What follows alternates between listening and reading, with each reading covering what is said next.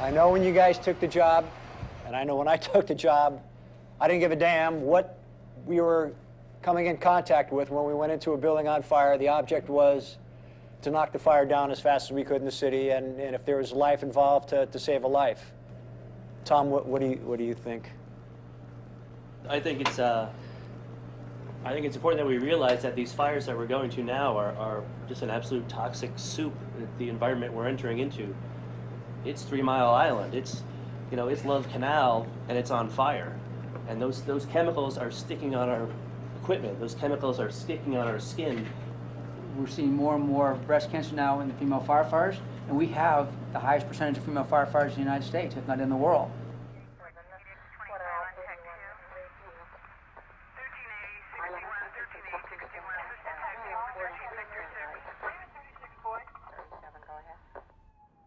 All right. Do you remember this one? I watched the rig disappear around the corner. I know what my firehouse family will do. When they get to the fire, they'll put on their air masks and grab the hoses. Many of our women were getting breast cancer. And I mean, I remember thinking, wow, is this a high number? Or is this just normal? Is this what just happens in our lives? My first fire was on 45 Yosemite Avenue in San Francisco off of 3rd Street. Go up the stairs, I look right, there's nothing. It's dark, but there's no more heat, there's no sound. I look left, I see orange glow, it's loud. Oh, we're going that way. My officer taps me on the shoulder, he goes, open the plant. When Allison got sick, her partner was pregnant. And I remember I helped gather the exposure reports. The stations were great. Everybody helped me gather the report. They went through all the journals, and I was really blown away. I didn't buy all the toxins we're exposed to.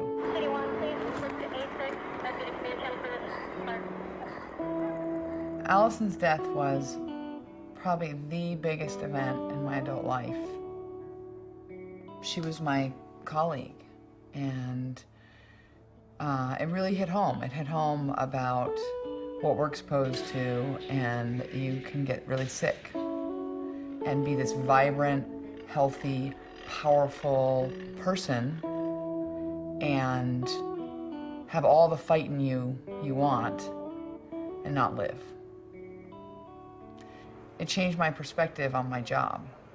Or it didn't change my love of the job, it changed my realization about what the job was and how much I was exposed to. And I remember at the same time, I had learned a little while before that there were toxins in breast milk. I had talked to Tony. I asked about that, and he said, oh, there is research on it, and they are finding it from flame retardants. And I thought, from flame retardants? Here I was, I had breastfed my first child. I thought I was giving him the healthiest thing I could possibly give him, going back to work and still breastfeeding. And I thought, what did I feed him? Or maybe they're going too fast. Now I feel like, well, all I can do, at least now I know that 117 exists and that I should read the label. But most people have no idea then. They have no idea, and they think the same thing I do. They think, I've got this nice safe car seat, this nice safe stroller, this great breast pillow. All right, what are you thankful for today? I'm really thankful for the pasta. That's a good one. I'm thankful. It seems like something's wrong with this picture. If it was banned in kids' pajamas decades ago, why is it still in so many products? Because it's a lot less likely that my child is going to catch on fire when I'm breastfeeding than it is that they might get exposures to toxins. It doesn't take a scientist to figure that one out. They'll put out the flames. You have sort of an untold public health threat that's in everyone's home. It's in everybody's home.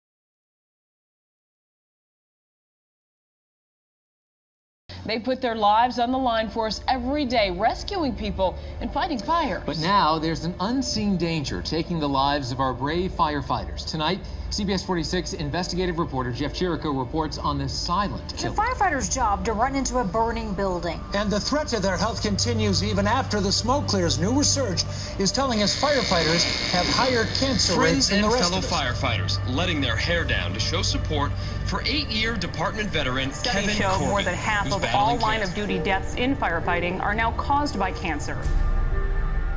My name is Steve Shapiro. I am a 16-year firefighter and a captain on the St. Paul Fire Department. About a year ago, I started having some stomach issues, and it wasn't your nausea, diarrhea, vomiting type situation. I started having stomach pain. From 2008 through 2011, 71 working and retired firefighters in Georgia died of cancer. And now a CDC study, the largest of its kind, confirms a link and an increased risk of digestive, oral, respiratory, and urinary cancers among firefighters. Researchers have now tracked 30,000 firefighters from 3 cities over the course of 60 years. They found firefighters were twice as likely to get mesothelioma as the rest of us. They also found higher rates of respiratory, digestive, and urinary cancers, and an earlier onset of kidney, bladder, and prostate cancer. I've been a pretty healthy guy my entire life. I've never really had any major injuries. I've eaten right, exercised my entire life, and to hear you have cancer at 46 years old was very stunning. 20 years ago, cancer wasn't even on the radar. It wasn't even something, it was something that old people got. We were all young firefighters, and we were more worried about what the building was going to do to us, not what it was going to do to us 20 years later. Chad Burdock, a Denver firefighter, was diagnosed with kidney cancer before his 40th birthday.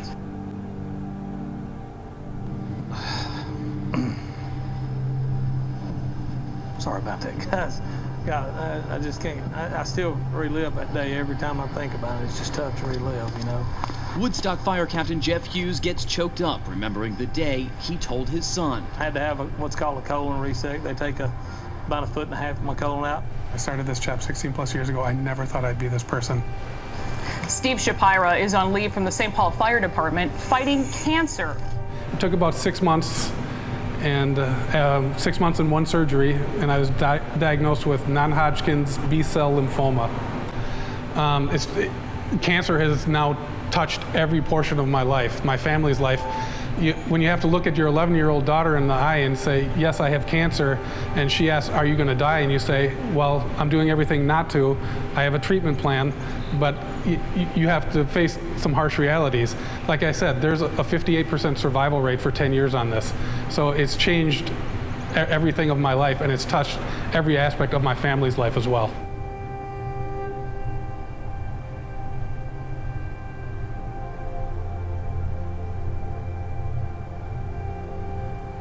So what I would do is I would tell firefighters that they need to take care of themselves. They need to be responsible for their own health and welfare and their actions, and that's down from cleaning your gear to doing everything to make sure you're staying healthy. Everybody knows that's the old school firefighter macho image, is to have dirty gear, dirty helmet, soot all over you and everything like that.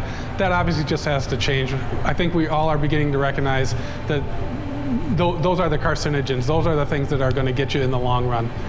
I hate to say, but the city is not going to have your back on this, as I am proof positive that they denied my claim within a week, even though my cancer falls under, and it's actually third listed under the presumptive heart-lung cancer bill. My claim was denied as fast as they could turn it around. And they didn't give an explanation why, and they wouldn't give an explanation why. Steve Shapiro filed for workers' compensation after his cancer diagnosis. The city of St. Paul denied it. A city spokesperson told me his diagnosis isn't considered a line-of-duty injury because the public is equally exposed to cancer. And now a CDC study, the largest of its kind, confirms a link and an increased risk of digestive, oral, respiratory, and urinary cancers among firefighters. Because the public is equally exposed to cancer. Wouldn't it stand to reason then that the city should provide workman's comp benefits to firefighters who may have contracted cancer in the line of duty? Yes, but again, it goes back to having the evidence that it was actually contracted in the line of duty. Atlanta Chief Kelvin Cochran admits he doesn't know how many of his men and women have developed cancer. But Miami, one of the only cities that does, found a shocking 32% were treated for cancer. Before I got cancer, I hauled a lot of patients. I've worked a lot on the medic rig. Most of my time as a captain was spent on Medic 17, Medic Engine 17, and Medic 10, Engine 10. I've hauled a lot of patients with cancer, and you just never think you're going to be that person. You don't think it's going to be you. Even in a higher risk business like this, you don't think it's going to be you. That's just how I think we all think. It's a lifelong battle, and eventually this will most likely be my killer. And that's the end of the story.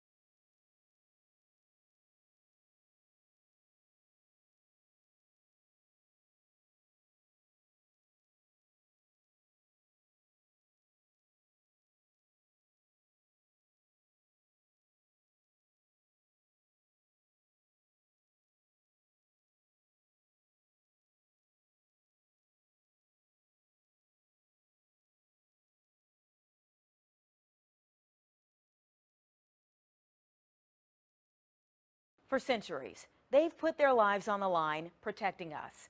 Now, more firefighters are faced with a personal battle, cancer. The exposure to harmful toxins is putting crews at an elevated risk. But as 10 on Your Side's Joe Fisher tells us, cities in our area are working together to reduce the threat. Fire officials say new materials in buildings, appliances, and furniture have increased firefighters' exposure to carcinogens. So much of being a firefighter is focused on protecting others, but leaders now say to reduce the cancer threat, crews need to start thinking about themselves and their own safety.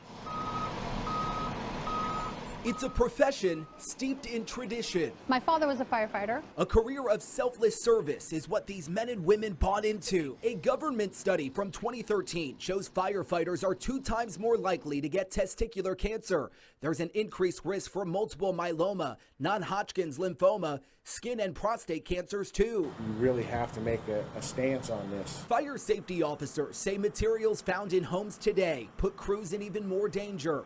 These thermal images show toxins can even seep through protective gear, entering the bloodstream. The neck area particularly susceptible to exposure. 50 to 100 years ago, your homes were basically made with wood, cloth, material, and glass. And now we have plastics, we have foams, we have coatings on the furniture. Those toxins remain on firefighters' gear. Departments have been forced to change the way they do business. In the past, we come out of a fire, take the gear off because you're hot and nasty, throw it in the back of the truck. It's continuing to off-gas at this time. Chief Deborah Gaudette is Virginia Beach's safety officer. If you have this disease, chances are pretty good you got it from firefighting. She's a two-time cancer survivor herself. To see me bald, I think, was a shock to a lot of the guys, but it was also a realization to them that, hey, this is real. This can happen to anybody. Now she and other departments are teaching firefighters to keep their breathing masks on longer and to use wipes after service calls. That's followed by a decontamination procedure to wash particulates off their gear and a shower after each call. It's been a process in getting firefighters on board. In the meantime, they say it's all about training, getting firefighters, both new and old, to realize possibly the biggest danger of their job is one they can't see. I'm Joe Fisher, 10 on your side.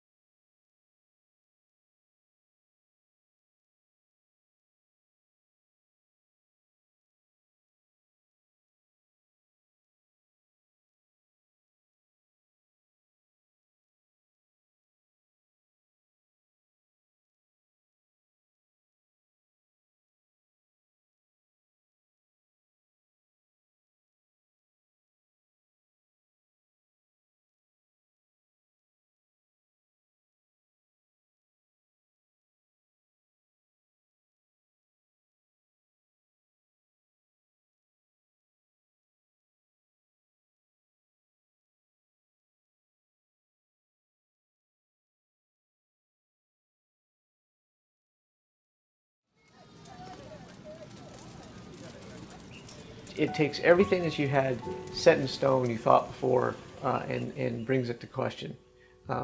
Your choices in life, it impacts everyone around you in such a deep manner that you've never felt before. And if you're lucky, it's life-changing. You know, because if you're not, it's the end of your life. I think both the general public and people that are entering into the fire service have a fantasy that they're going to be running into burning buildings every day and saving little babies from windows. Well, the potential's there every day, but actually facing a life and death situation, most people focus on loss of life to a fire. You know, I've seen roofs cave in and stuff, but by that time it gets to that point, we're normally out of the building. We've been very fortunate here with the San Diego Fire Rescue Department. We haven't had a traumatic line of duty death in many, many years. When I'm asked, you know, well, what keeps you up at night, Chief? Things that may hurt our members, things that may hurt my firefighters that really all the training, all the preparation couldn't have predicted. It's not that we're going to burn up in a fire. We train for that. It's the residue that you can't see. It's the smoke you've been breathing. It's the crud on your helmet. Whether it's toxic fumes during a fire, after a fire, during an overhaul, whether it's the toxic fumes coming into a station just from the exhaust or sitting next to a running rig, you know, during an incident for hours on end. I've been on for almost 29 years, and the rate of people that I've seen becoming sick from cancer is a lot more. Some really bad carcinogens and things like that we're exposed to in the overhaul process especially is where we're exposed to a lot of the gases that are bad. We don't wear our mask as much probably as we should at that point. You know, it's unfortunate, but it's hard to work, you know, with those things on. When the fire's out, the breathing apparatus becomes cumbersome, it wears you out, it fatigues you faster. After you've gone through a couple of bottles and the fire's out, a lot of guys get lax and they want to take that breathing mask off. Think of how heavy it is when you're going through chemo and trying to pick up your 6 or 8-year-old or 10-year-old at the time and pick them up and go, I don't have it, I can't hold you. It's laziness, and it's a sense of we think that we're immortal. Because the tradition before us was macho and you don't wear a mask and you don't need to have gloves on. I started my career in 1977, and I was told by my captain, we don't wear breathing apparatus. We know how good a firefighter you are, of how long you stay in the fire, and then when you come outside of the fire, how much you puke. You were known of what kind of firefighter you were, how dirty your turnouts were, how black your helmet was, how much you didn't wear your BAs. We all know what we do. You know, we all work together. I mean, we know who's the badass and who's not. And as far as the public goes, I mean, they have a vision of us from what they see in real life or from what they see in the movies, so they already think we're badass, you know? So why do we need to have those trophies or those symbols? My helmet was about as crusty as it could get. I thought it was pretty cool, pretty macho. You know, now that I know what I know, you know, I'm ashamed of that. I've got a clean bill of health now, but I wonder, you know, what are the long-term effects of that? Well, obviously it hit home when I got the phone call. You still kind of look back and go, geez, if I'd just done this, or if I had worn my BA every time, would it have made a difference? You know, if it had bought me an extra year, it would have been worth it. When I was diagnosed, they basically said, hey, you've got cancer. Probably the worst day of my life. As you can tell, it still upsets me. He talked to me for about 10 minutes, and after he told me I had cancer, I didn't hear that whole conversation. It was like something inside just shut down. And once I got out of the office and was able to kind of regroup, then I knew I had to tell my wife. And that was a bad day. You want to have a slap of reality, especially as a firefighter. Make that phone call. And then the next thing, within days, you're sitting in an oncologist's office. And he pulls me in the office, he does my blood right then and there, he does it, takes a test, and he comes back and he says, you have leukemia. And I said, really? And he said, yeah, you have a rare form of leukemia. And I said, is it dangerous? He goes, it's fatal. Couldn't happen to me. Everything's too right, everything's too perfect, everything's too awesome. I have 3 kids that, you know, I had to sit them down and say, hey, this is what's gonna happen. Clearly the first question was, are you gonna die, Mom?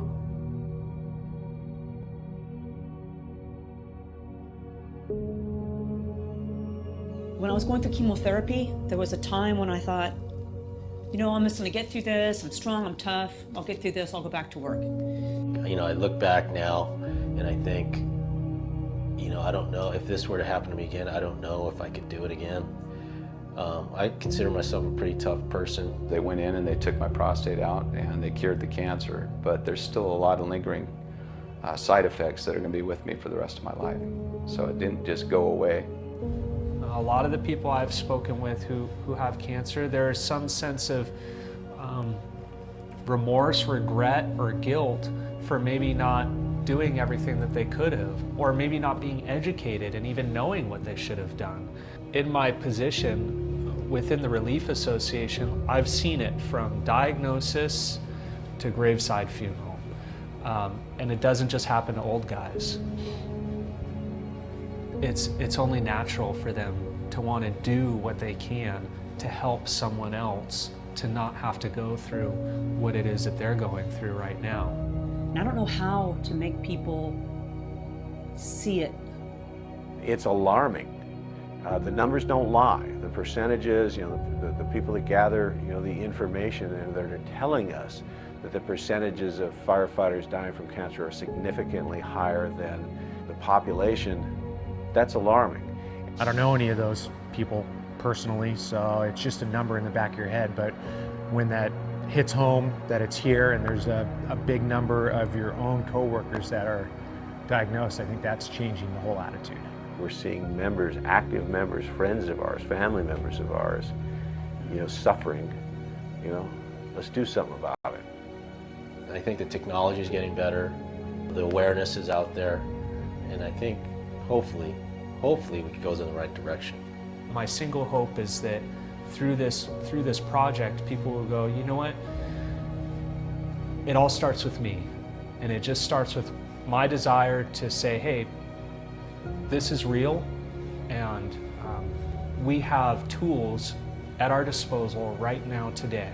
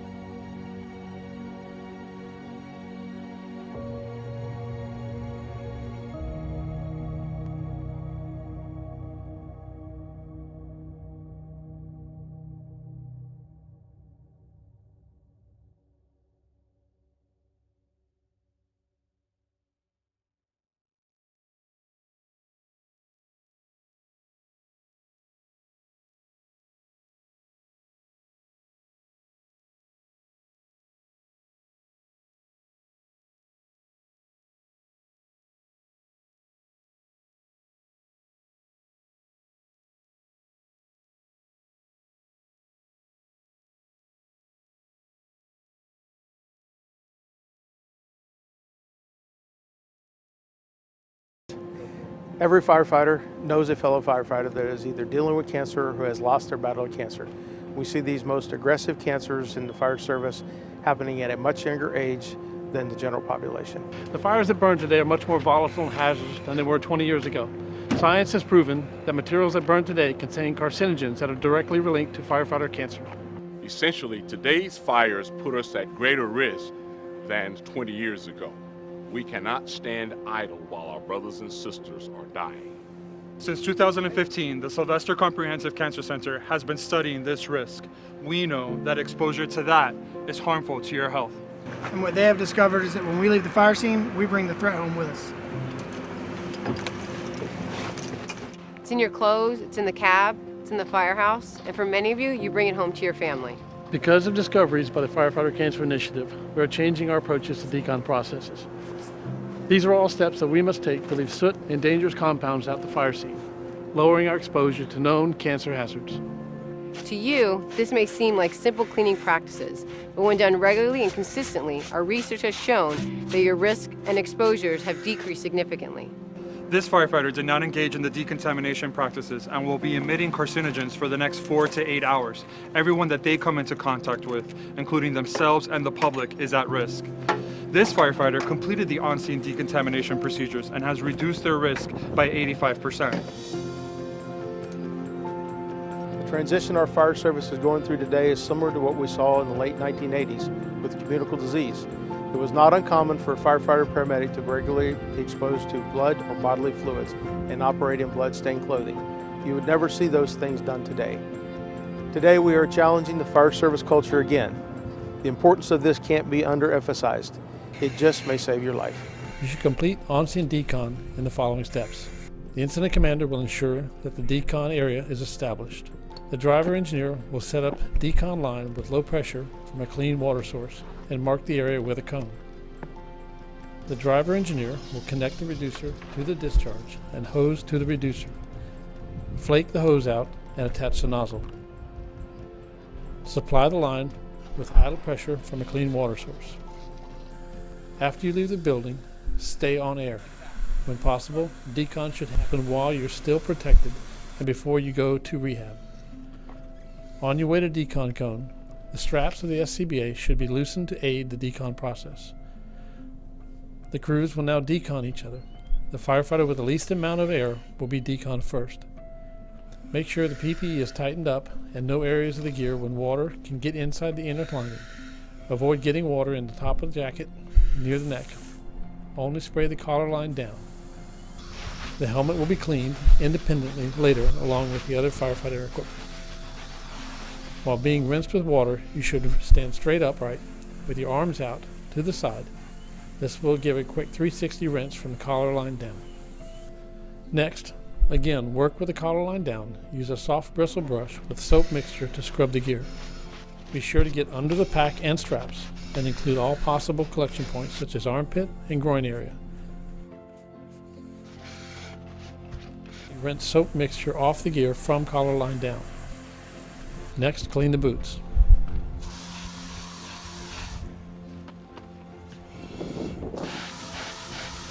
Then switch positions.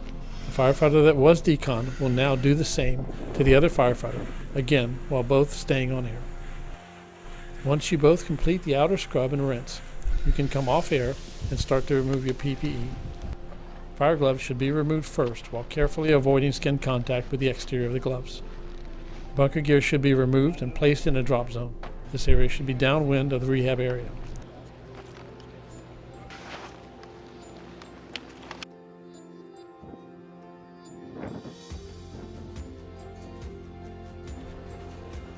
Using the department-provided wipes, clean your hands very well. Use a new set of wipes for your neck, front, and back, and the area behind your ears. Use different wipes when cleaning your entire face. Don't forget your head and hair. Lastly, use a fresh wipe for your eyes. When you're released from the scene, you will bag your gear with department-issued bags to decrease your exposure to off-gassing. Although it has undergone gross decon, it is recommended that you still wear EMS gloves. You will bag the following pieces of equipment: gloves, coats, boots, and pants, and helmet. In this order, you will bag your gear After folding the coat, it will be placed on top of the gloves, followed by the boots and pants. Lastly, clean the helmet by scrubbing the outer shell and wiping the inner soft lining. Do not saturate the inner lining. After cleaning, place the helmet in the bag with the top pointed toward the boot and coat. The bag will be twisted and taped closed. The remaining loose end will be folded over and taped again to complete the sealing. If a second set is not available at the scene, the firefighter hood and gloves should be exchanged for clean ones at the scene. All tools and equipment that were used at the incident will be cleaned on the scene with a soft bristle brush and soap water mixture. The bags of gear will be placed in the apparatus. Bagged PPE can be easily deployed if the need arises. Firefighters should shower within the hour when returning to the fire station. I know for many of us, this is more than a job. This is your family. This is your community. The changes you make today will impact you, your family, and your colleagues. Not just for today, but for years to come. Together, we can change the culture and we reduce our risk for cancer.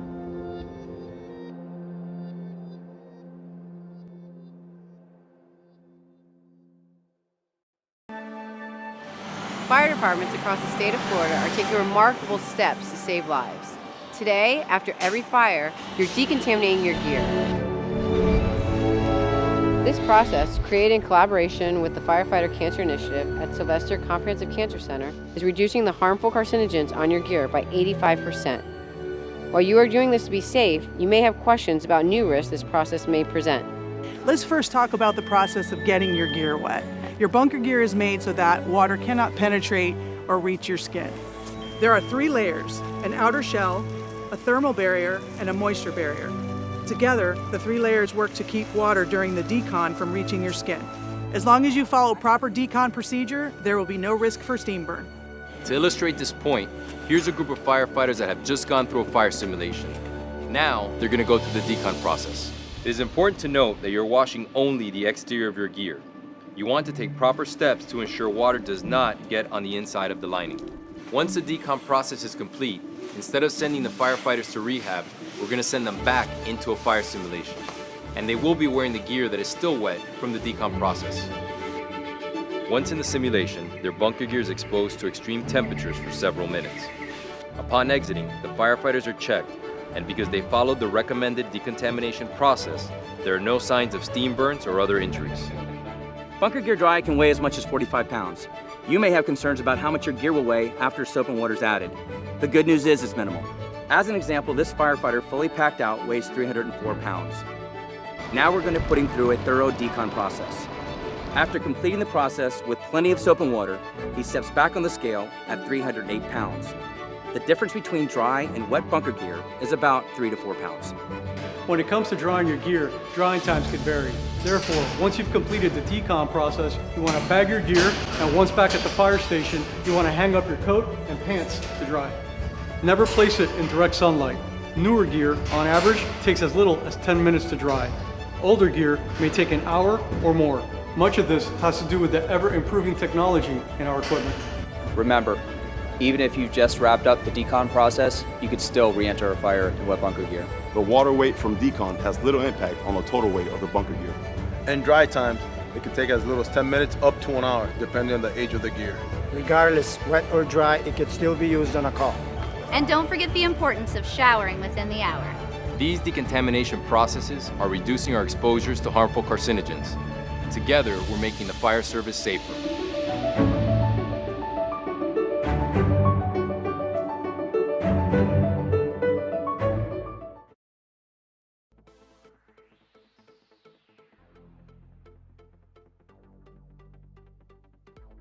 Firefighters are at a higher risk of cancer than the general population. Smoke and the products of combustion from today's fires produce hundreds of harmful toxins and carcinogens. Current research recommends cleaning the skin post-fire as soon as possible to minimize dermal absorption of harmful contaminants. Decontamination wipes are a quick and effective tool for removing surface contaminants from the skin. Now, let's review how to use the decontamination wipes. To effectively clean the skin, multiple wipes must be used to avoid spreading contaminants. When using the wipes, fully open the wipe and use both sides. Start with the area around the eyes and the eyelids. Next, wipe the face. Do not forget the lips and the surrounding skin. Then, wipe inside and around the sides of the nose and blow your nose on the wipe. Dispose the wipe. With a fully open new wipe, clean inside and behind your ears. Clean the area around the neck, jawline, and areas under the collar of the shirt. Wipe your head or run the wipe through your hair. Dispose the wipe. And with a new wipe, wipe your arms, clean your hands. It is very important to work between the fingers and under the fingernails. Wipe under your arms and in the growing area. Dispose the wipe. To avoid ingestion of contaminants, do not eat or drink anything until you have cleaned your skin and hands using the decontamination wipes. Using the wipes is just one part of our initiative to reduce our personnel's exposure to these harmful substances and is not meant to replace a shower after an incident. The health and well-being of our personnel is a priority for Miami-Dade Fire Rescue.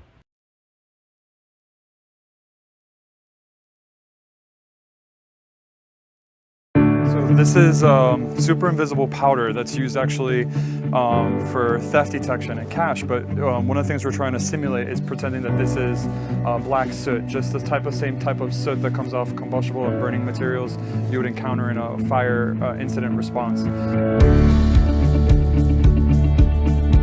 The initiative actually came to us right from the Palm Beach County Fire Rescue Department. They were very interested in understanding about how what they did for work was impacting their health, specifically how maybe being a firefighter or an EMS responder may increase their risk for cancer. One of the things we were trying to do today is figure out, is there a way we can demonstrate how maybe cancerous materials are transferred from a fire incident response back to the fire station and personal vehicle. And so today was really a teaching exercise and a scientific exercise of trying to see how we demonstrate where soot, represented by this invisible dye, might be transferring from when they go to respond to a fire and come back to the fire station. So the goal today was trying to be able to identify, can we feasibly show how soot is transferred from a fire incident response back to their truck and back to the fire station.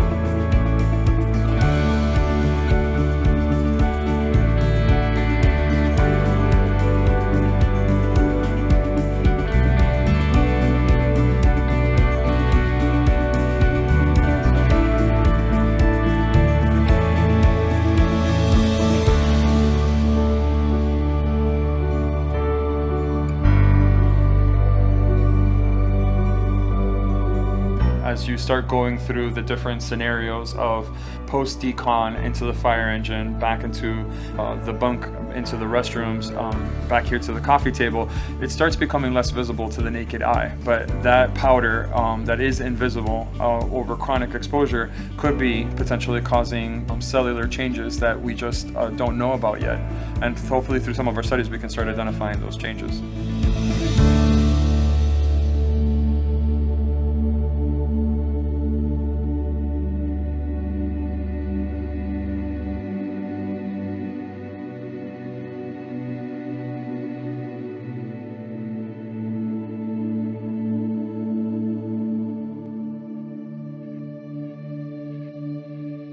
It was really an eye-opening experience for us because I anticipated, some demonstration of how much dye would transfer. I didn't realize the breadth and scope of how much dye would spread within the different scenarios that we were shooting in, as well as continue to transfer on after the first fire engine truck. So for me, it was very impressive to see even some of the invisible dye transfer onto the bunks where they're sleeping at night.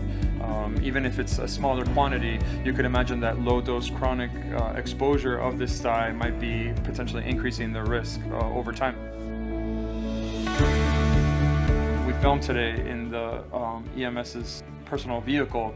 You could easily see even fainter wisps of plume of dye on the ceiling as well as on the seat that were not direct contacts but were physically visible on this, suggesting that the particulate moves around. So you might not visibly see soot, and in this case we got to see a dye, but that could potentially be increasing your cancer risk. the firefighter works as a fomite and is transferring, carcinogen from where their place of work back to their personal home. So we had an opportunity to have a child with us today to be able to demonstrate maybe what happens in passing some of that soot using a soccer ball. So we were able to have a child play with one of the EMS firefighters with that soccer ball, and we were able to see a second-degree transfer of this invisible dye, i.e. the soot, transfer from the EMS to the soccer ball and to the child.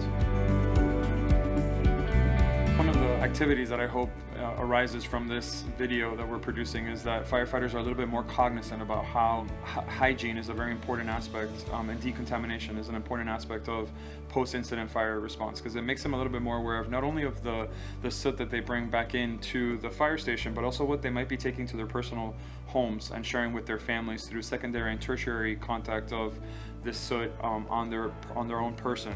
And I hope that the firefighters see that as a way of creating an opportunity for awareness and discussion of how we improve hygiene and decontamination within the fire service.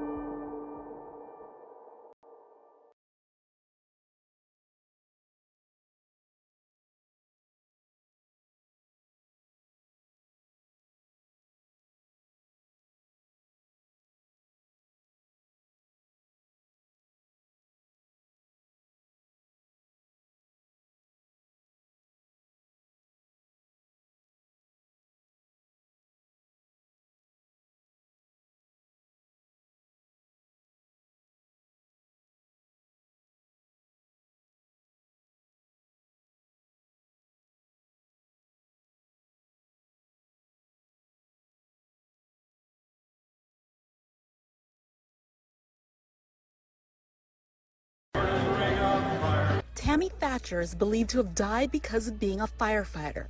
But it wasn't running into burning buildings, rescuing a trapped person, or rushing to save a life that killed her. Her memorial last December was a time of reflection, not just of her life and service, but the cancer that cut it short. A cancer the Sacramento Fire Department says is presumed to be the result of exposure to toxic chemicals firefighters potentially encounter every day. But today, what we do is we have a pump now, we can turn it on, and we can rinse off our firefighters' necks, hands, arms, and face. another step toward changing that. My goal is never to have another firefighter like Tammy Thatcher lose her life because of contracting cancer. The Sacramento Fire Department introduced 2 engines called Clean Cab apparatus. So when our members come outside, they're hot, their pores are open. That's when we have a lot of the exchange for cancer production. Including hoses to rinse them off. After the fire, we can come out, we can clean them, and this contaminated piece of equipment goes back inside the body. And ventilated compartments to store contaminated equipment outside of the truck.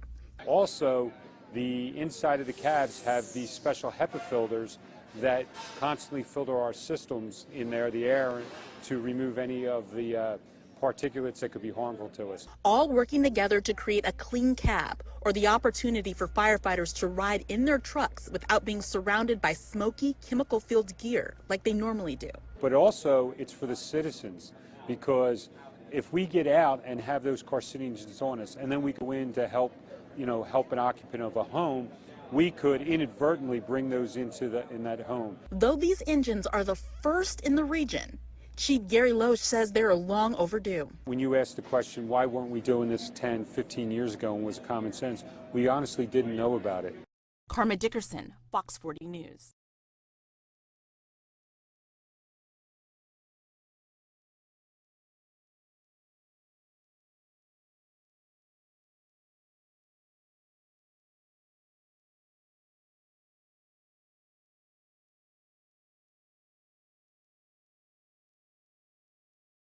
I'm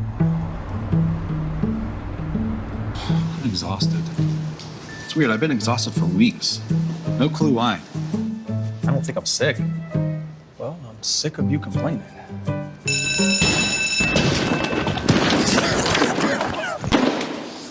Hey guys. Here to inform you that you're both not using your brains very well. No, not just because your fly's down. And got it. But subtle health changes, in this case exhaustion, that don't go away can be an early sign of cancer. And ignoring those health changes for more than a few weeks is an early sign that you're not being very smart. Listen, could be something, could be nothing. Either way, it's worth getting checked out. And you might even get a lollipop. This one's mine. Can't you just make another one up here? Yeah. This one's also mine. See ya!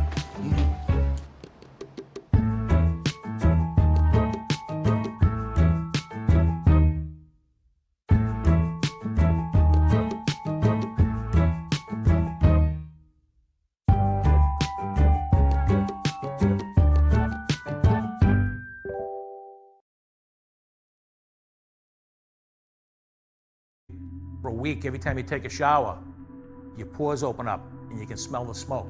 You blow your nose for a couple of days later and that's all you have is black coming out of you. I never thought of it back then, but I think of it now. Man, what was that stuff doing to my insides? When there's smoke, there's cancer. I really want firefighters to remember that. Exposure to particulates within smoke can cause cellular changes. These cancer-causing chemicals travel into the bloodstream, set up in different organ systems, cause DNA damage, mutations, abnormal cell growth, and cancer develops. Firefighters have very high risk for occupational cancers from their exposures on the job. The past several years, we've seen a lot of firefighters in the late 30s, early 40s come down with certain cancers that typically we see in people in the 50s and late 60s. I did go for a physical every year, and that's how it was originally spotted. That was a come to God moment. We really need firefighters to get comprehensive physical exams on an annual basis. The checklist that we use is a form that they bring to the primary care physician to get these aggressive screening tests at an early stage. The prognosis of catching cancers early in firefighters is excellent. There are many firefighters in Boston working today who feel blessed because they took part in our physical exams.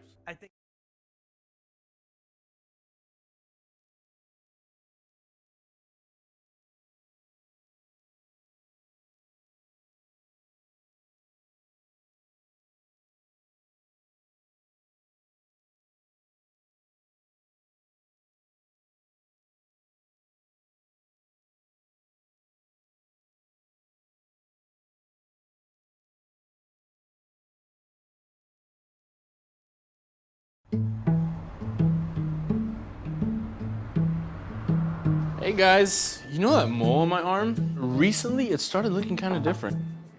Yeah, kind of looks like your mom's meatloaf. Yeah, but it used to look more like a cheeseburger. It's more like a chili cheeseburger. No, that looks like my dog humping a couch. Dude, what's with you always with the dog humping a couch? Oh, should you get that thing checked out? No, I don't think so.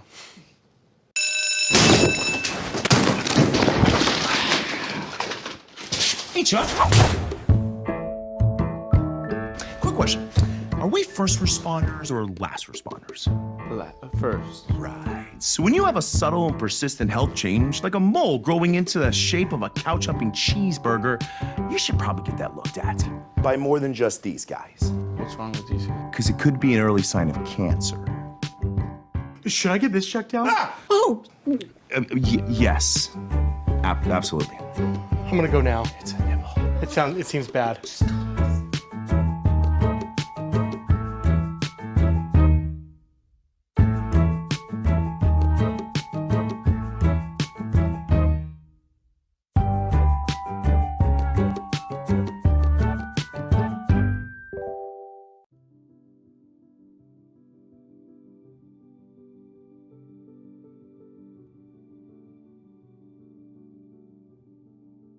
I didn't realize that I was having symptoms, but I was tired all the time, and I really thought, I gotta hit the gym more, I'm out of shape, I'm getting old. In June of 2018, I attended a seminar with the professional firefighters in Massachusetts where I received a free skin check.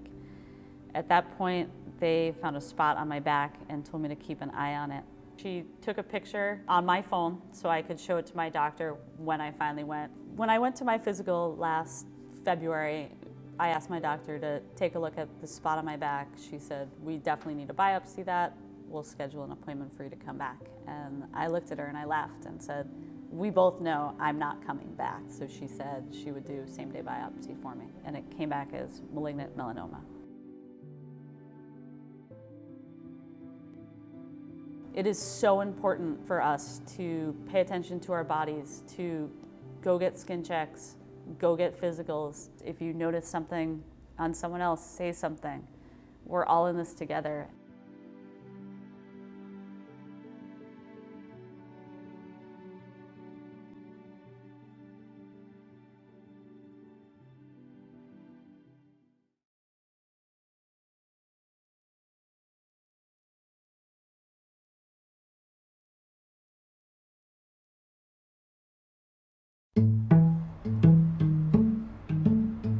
Everything looks good. Yeah, mostly everything feels fine. All right, well, if nothing's bothering you, we'll see you next year.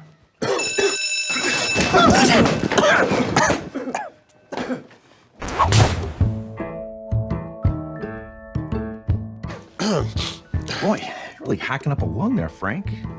That's not normal for you. This has been going on for a few weeks.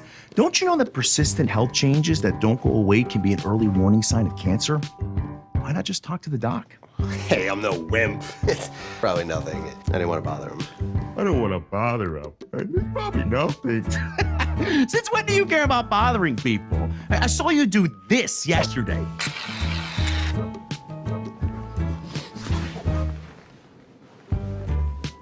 And you're afraid to talk to your doctor. But it's nothing. What are you doing? Stop. Fine. I'll say something. Hey, see?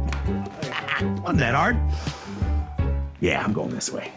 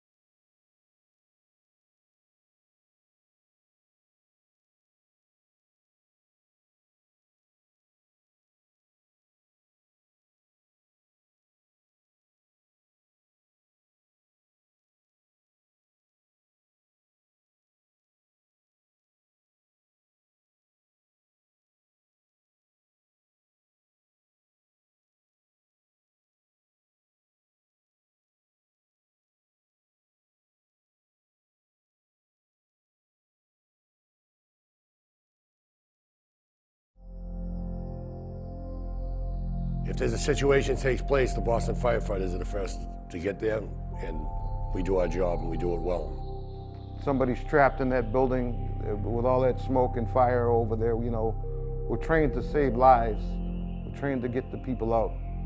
I feel it is a calling, but cancer is taking the job I love away from me.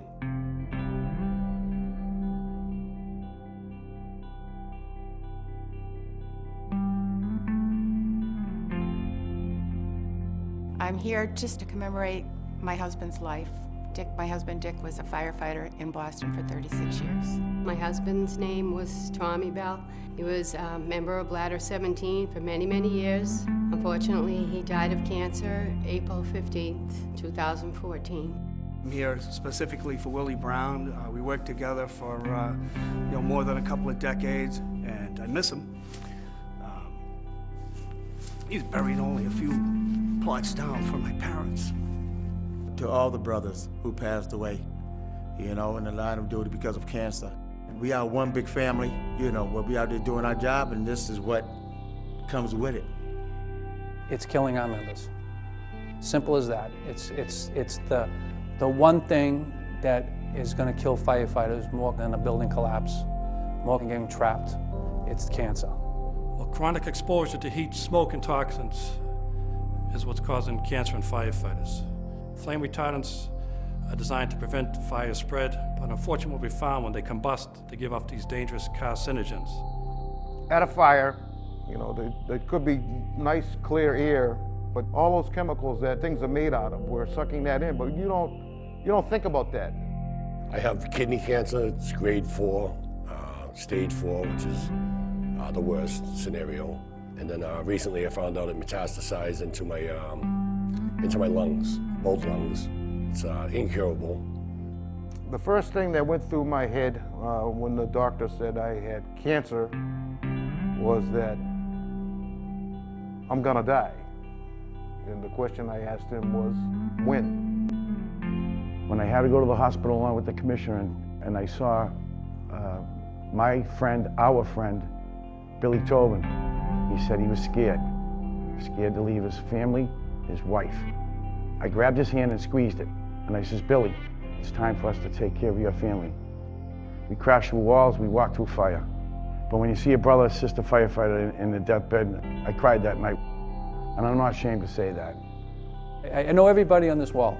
I know everyone whose pictures hung behind me, and it's devastating. We've buried way too many of our friends. It's unacceptable that Boston firefighters have 2.5 times the rate of cancer than other Boston residents. It's unacceptable that Boston firefighters come down with a cancer every 3 weeks. It's unacceptable that 20 Boston firefighters every year develop cancer. I have brain cancer, and I also have stage 4 lung cancer. We never talked about cancer in the firehouse when I was there, and maybe I didn't wear my mask then when I should have. You need to wear your mask. That's the message I want to deliver to all Boston firefighters right now, is that you need to keep that mask on your face, and you should be thinking about your family when you go to take it off. All of these guys was somebody's husband, father, grandfather. Think of your own children and your families. They want you around. Wear your mask. I don't only speak for myself, but the guys behind me on that wall who would say, you know, use the equipment they're giving you. Be as safe as you possibly can be. The macho crap about you're covered in soot and, you know, you look like you went through the ringer. You know, what you could take, what your body could take, and there's nothing macho about cancer, so. These guys, you know, give everything they have to the job, so they really deserve the support and the protection. Looking at the wall, there's so many faces on there of guys that we've lost. There's so many more that are sick, so it's kind of a wake-up call. I don't want to cry ever again knowing that I'm going to get a phone call. I'll be there by his bedside. But if the commissioner and the union, along with the Mayor Walsh, can stop that down the road, we've done our job. It's not that we don't want to talk about it, it's that we know it's there, and talking about it makes it real. We need to talk about it. Here to commemorate my father, Bill Hayhurst, District Chief in CAR 4. John Fogarty, Ladder 23. John Kenny, he was the captain of Engine 24, Grove Hall. Joseph Mullen on Engine 8. Billy McCarthy of Rescue 2. Bob Kilduff Sr., he was on Ladder Company 23 and passed of occupational cancer. My name is Jenny Flynn, and I'm here commemorating my husband, Frank Flynn.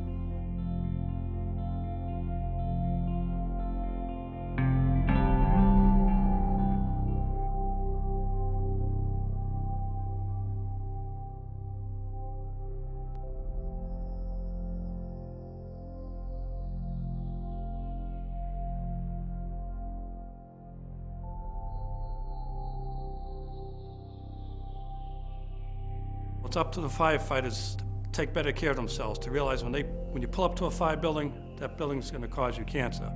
You gotta make sure that the gear is on completely, the mask is on throughout the fire scene, the hood is on, and you clean yourself up afterwards. You have to take that responsibility and step up.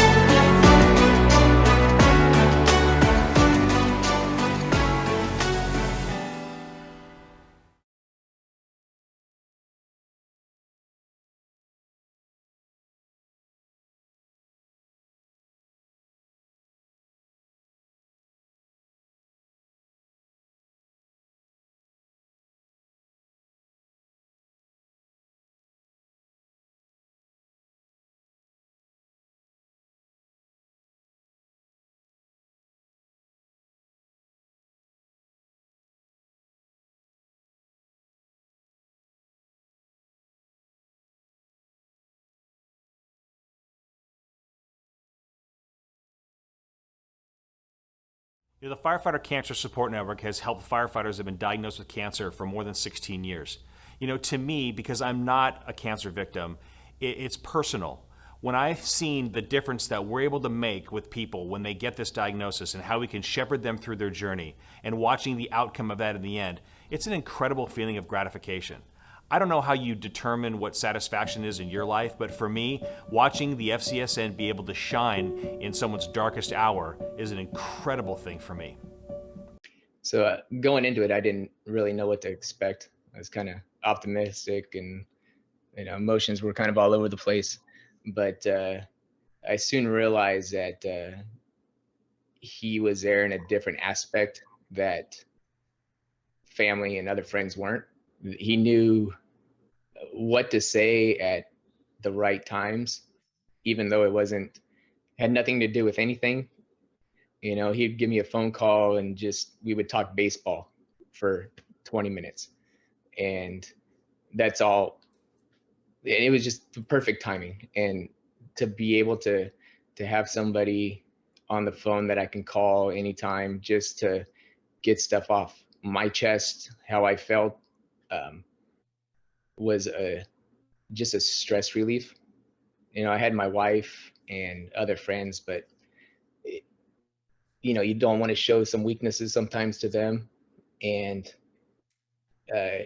Craig was an ear that many times at night that I can just kind of pour out how I was feeling, and gave me some advice and just listened to help me get through that process. And I couldn't thank him enough for being that person that, in other words, just understood and just helped me along the way. My stuff was kind of different. Not a lot of men get diagnosed with breast cancer. That's what I was diagnosed with. They said 1% of the people, men, actually get diagnosed. And so he was able to talk to me about what his surgery was like and what he kind of had to deal with before, what he had to deal with then, and what he kind of came out with on the end. It was really kind of calming to my heart and my spirit. If you think about it, as firefighters, we always rely on somebody who's senior. We rely on somebody who has experience on the job. When we're brand new, we want to go and we want to see if we can face the beast and stand and be able to deliver and do the jobs. And we always rely on somebody who has experience to help us. If you think about it, as a firefighter, you have a training officer, and that's that person who's gone through and experienced some stuff. And being hooked up with a mentor was like having a training officer just let you know, hey, this is what it's going to be like. This is what you're going to go through. And it really calmed my spirit, so much so that as I was going into surgery, I was really pretty calm, and it was really kind of I've looked at the whole thing as a positive experience, to tell you the truth, because what I've experienced by having somebody help me, I can't wait for the opportunity to help somebody else. As a firefighters, that's what we were trained for. That's what we do. And so I look forward to the time that I can take my experience and become a training officer for cancer and kind of let somebody else know or help them through the process. You really want somebody. I mean, you want another peer. I think that, it's like any kind of peer-based program.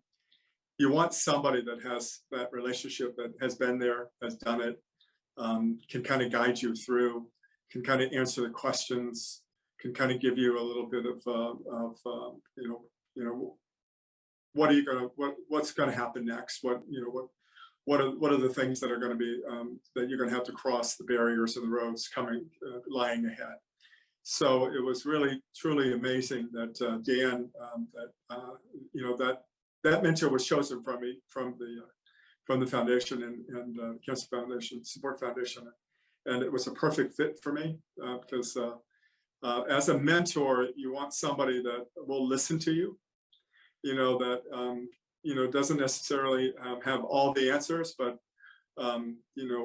will take your questions and kind of be very honest and open, and listening is a big part, I think. A part of it, being a mentor, being able to, you might have a lot of information, you might know a lot of stuff, but the person on the other end is really scared. Is frightened. It's like, what is about to take place? What's the prognosis, and can I get through this? And I had I had a, the experience in the operation and the chemo and the radiation that followed it was really, I was prepared. I was better prepared for it. I knew a little bit more about going into it than I would, and then I could get that information, and that early on information, the early mentorship, that relationship was extremely important to me. I didn't think it would be, because hey, listen, I'm a tough guy. I don't, I help people. I don't need help, and I needed help. I needed early on. I needed somebody that could kind of just listen to to some of my fears, and I could listen to what his story was. And through his story and what he went through really helped me what I was about to embark on, which was going to be, a very difficult time period for me. But having that early on and having, some of that pre-information was really important. It was really, it's beneficial for me to have that because I wasn't going in blind. I felt like I could. And then couple that with, if you had some additional questions, because you could call somebody, you could reach out and just let them know that this is what I've gone through, this is the procedures, this is what's happening, and I could ask the questions, and he would and we could have that dialogue and that conversation. So the mentorship, you sort of establish a relationship first, and then a friendship, and then a real kinship towards the end.